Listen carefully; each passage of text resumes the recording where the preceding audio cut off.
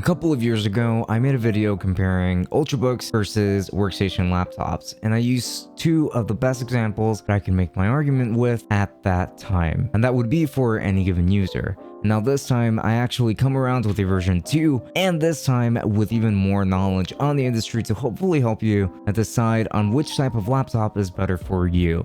So, is it going to be an Ultrabook, or is it going to be a workstation laptop? Let's go ahead and dive right in.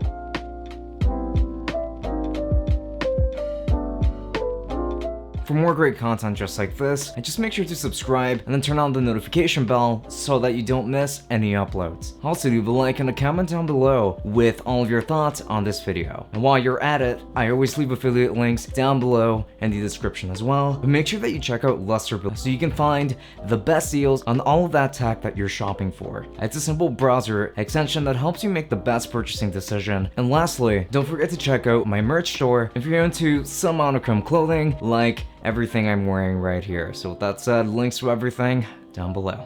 And so I would like to go ahead and begin by giving you guys a definition of what I believe an Ultrabook and a workstation laptop to be, so that you guys know why I decided to go for each example that I use in this video. An Ultrabook, in my opinion, is a thin and light laptop that is optimized for portability and light productivity. These usually feature high-performing batteries, wonderful displays, and convenience at the expense of performance in certain tasks, and oftentimes proper cooling depending on the laptop itself ports as well. I'm going to be using the 2020 MacBook Air as a perfect example of an Ultrabook here. A workstation laptop is a laptop designed for work, so function over anything else really. These laptops usually are going to prioritize things like performance and color accuracy and better displays and better cooling at the cost of maybe like battery performance, aesthetic, and in a lot of cases just portability. And I do acknowledge that this example, the one I'm using here, is actually a gaming laptop, but it definitely has powerful enough specs to actually quantify as a workstation machine, as you can do a lot of really intensive work on this laptop from my experience. So with that said,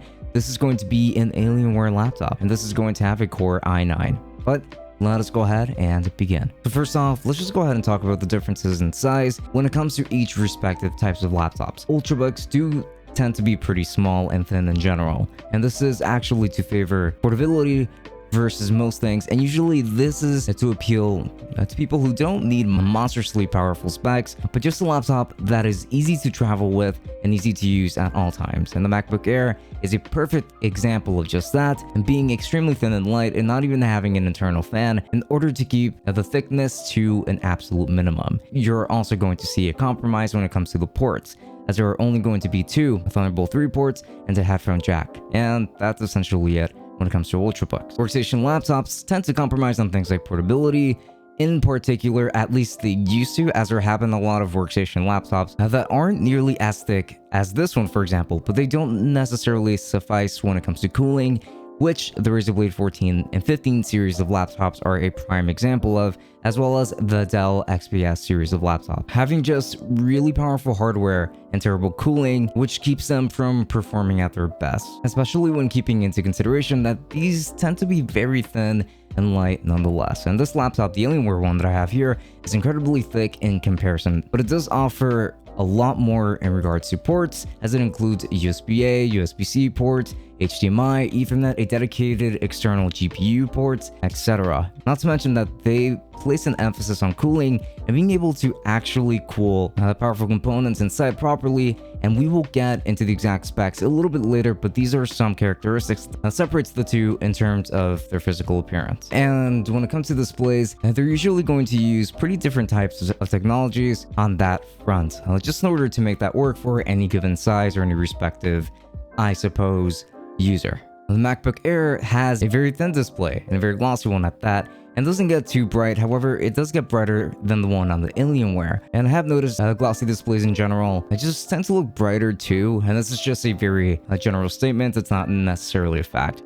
And the MacBook Air does have a resolution of 2560 by 1600, which is a very high resolution display, and it makes it pretty fantastic for content consumption and photo editing without a doubt, as it is a retina display, and a lot of Ultrabooks do place an emphasis on visually appealing screens. Now, workstation laptops, on the other hand, tend to place an emphasis on color accuracy versus high resolution displays because ultimately they matter more to the consumer than they actually do to the creator. And color accuracy is much more important when it comes to creative work because you want to make sure that the colors that you're working with will still look great regardless of which display your content is being consumed. And in the case of Alienware, here in this case you are going to be getting a 1080p screen, and it's not the most color accurate one out there either, so this might not be the best example. For instance, however, it is just going to have a matte display, which is going to help a lot when it comes to avoiding glares, regardless of what room you're in or if you're just using this outdoors for whatever reason. And that is usually an advantage that you get with workstation laptops versus Ultrabooks, for example. And now, when it comes to keyboards and trackpads, these are going to have very different solutions too. Ultrabooks will usually have smaller keyboards with a lot less travel on each key due to the size differences and the thickness. And the Ultrabooks are going to tend to have a very easy to handle keyboards in the sense that these are built for very long typing stuff versus things like gaming, for example. And when it comes to trackpads, they also tend to have a very great focus on the precision and just the overall experience of gestures to make sure that using the trackpad is a seamless experience within whatever operating system you're using at that moment. And they're usually going to be featuring the most satisfying clicks in the industry, for instance, and things like that. And they're just going to be very smooth for using gestures and that kind of thing. So Ultrabook keyboards and trackpads are usually super well designed in my opinion. And workstation laptops, because of their size, will usually have keyboards with more travel than Ultrabooks, and usually more surface area for typing as well. And not to mention that a full-sized D-pad, which a lot of people appreciate for productivity, including myself. However, I don't find this type of keyboards to be necessarily as easy to type on than I do on the shorter travel keyboards of the majority of Ultrabooks, including MacBooks and the Surface laptop and things like that. And when it comes to trackpads, on workstation laptops, these also tend to be neglected for the most part. More so because manufacturers do expect the user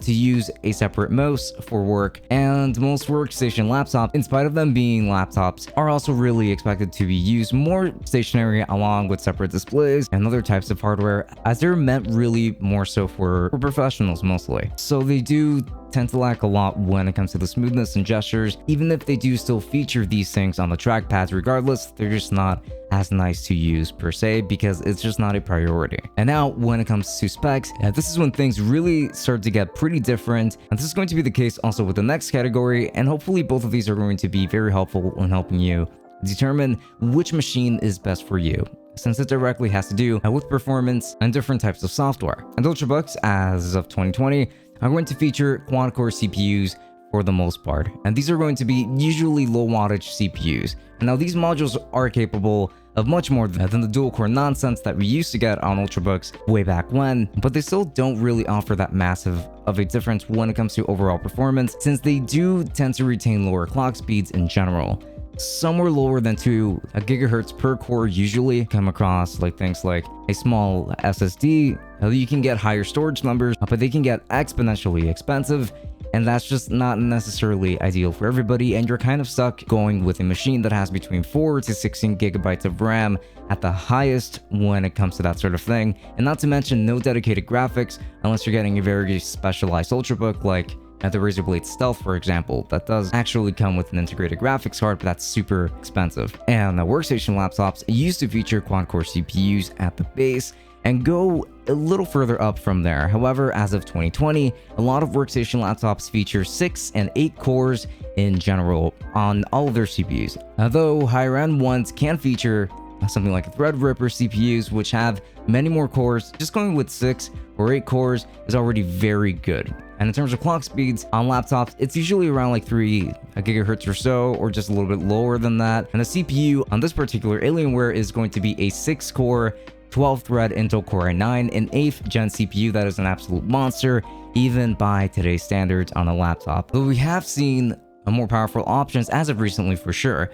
And now this laptop comes with 32 gigs of RAM, a 2 terabyte hard drive, I believe, and a 512 gig SSD, as well as a GTX 1080, a dedicated GPU built in. And this is not to be underestimated, even if it is a bit of an older GPU, because this is still a very powerful one for that matter, and clearly it just flies through a lot of tasks on a laptop like this. And I'm gonna get into performance right now. So yeah, in terms of performance, it is obvious which kind you should aim for. And when it comes to photo editing and drawing in general, an Ultrabook, like the MacBook Air for example, will perform just fine, and the display will do a lot of wonders for it for sure. However, when it comes to video editing and 3D work, these types of laptops will falter because of their CPUs that just aren't that capable, and even with the boost clocks being able to go much higher, they just don't really get sufficient cooling in order to make up for that, and they can't retain those boost clocks for very long. And not to mention that the lack of dedicated GPU actually is just going to result in very slow render times and very slow performance in general,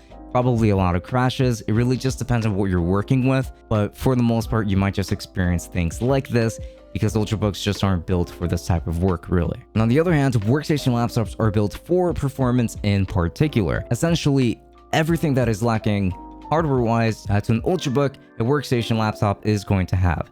Higher base clocks and boost clocks, for instance, and better cooling to sustain those clocks, for instance, and dedicated graphics to help tremendously in regards to render times and timeline performance, and actually being able to make some 3D renders if needed on the go. You'd be losing out on battery life for sure, however, and I am going to explain how those metrics are affected with different types of tasks and that sort of thing. I'm going to give you just a very general idea of kind of how that would work. Ultrabooks are built to last you all day. Workstation laptops are built to endure a lot of intense programs. An Ultrabook, well, like the MacBook Air for example, will give you around 10 hours of battery life with normal use, and should drop by around half when it comes to more intensive tasks like video editing, if you choose to do that on this type of machine. A lot of workstation laptops actually have to keep a lot of powerful hardware running at all times, and even if they do have a much larger battery in general, and the battery life is usually going to be a lot smaller because it just has to power a lot more things at a time. That just goes to show how power hungry a lot of this hardware can actually be if you're going with the workstation laptop or a gaming laptop or something like that. And where on this Alienware, you might be getting around 5 to 6 hours, and that's just being generous. And if you're doing any kind of intensive tasks, you can easily see that drop by half, and even less than that, like maybe 2 hours or so. And so here are my recommendations. If after going through this whole video, you're still kind of questioning what kind of machine you would like to go with, then do go ahead and consider this. If you don't do anything too crazy on your machine, then just get an Ultrabook. And they tend to be much more affordable for the most part, and they're very convenient to actually have around, and they're built for people with simple needs. So I mean, if that's you, just go ahead and go for it. And if you know that you do need a lot of power and don't care so much about portability and that kind of thing, maybe you might want to take a look at workstation laptops or gaming machines like the Alienware one, or other types of machines from Asus and Acer and etc. And these machines will offer a lot of potential and usually have great cooling solutions with awesome hardware, as they do not compromise with the thickness at all. However, if you feel like you need a pretty good in between, if you want the perks of having an Ultrabook and the power of a workstation, then I would go for something that is more of an in-between option, like a Dell XPS 15 or Razer Blade 15 for that matter, or even with the MacBook Pro and the 16-inch model, of course. However, cooling is still going to be an issue for the most part with these laptops, because a lot of these are going to be pretty thin, and they do still have to keep a lot of pretty powerful hardware powered at all times. So do keep that into consideration, that that performance may not be exactly the same, and battery life may not be that amazing either. And I'm going to be leaving a couple of recommendations for more specific laptops below, as well as reviews to any that could be of use to you if I've gone ahead and reviewed them already. And I do hope that this video was helpful, and let me know your thoughts in the comments below as well. And don't forget that Luster is also an option, and it can actually help you out a lot in finding sales when it comes to looking for sales on laptops, even laptop accessories like headphones and stuff like that. So if you decide to use Luster, and I think that we will all be happy. So make sure that you don't waste any more time and that you go for it. Links to that are going to be below, and every link that you're going to find to Amazon is going to be affiliated to. So if you end up going for any of these machines using my link, I would appreciate that quite a bit as well, especially if this video did actually help you. And do not forget that I also stream every Friday and Saturday from 10 p.m. to 12, a.m. And now that I finally have my Wi-Fi back, I can actually go through with that. I'm very excited to see all of you guys over there. So do make sure to go ahead and follow me there, and also follow me on Instagram and Twitter to stay up to date with the latest and greatest regarding the Tech Summit endeavors and any future uploads. So that said, this has been Francisco from Tech Summit. Thank you so much for joining, and I will be seeing you all on the next one. So enjoy.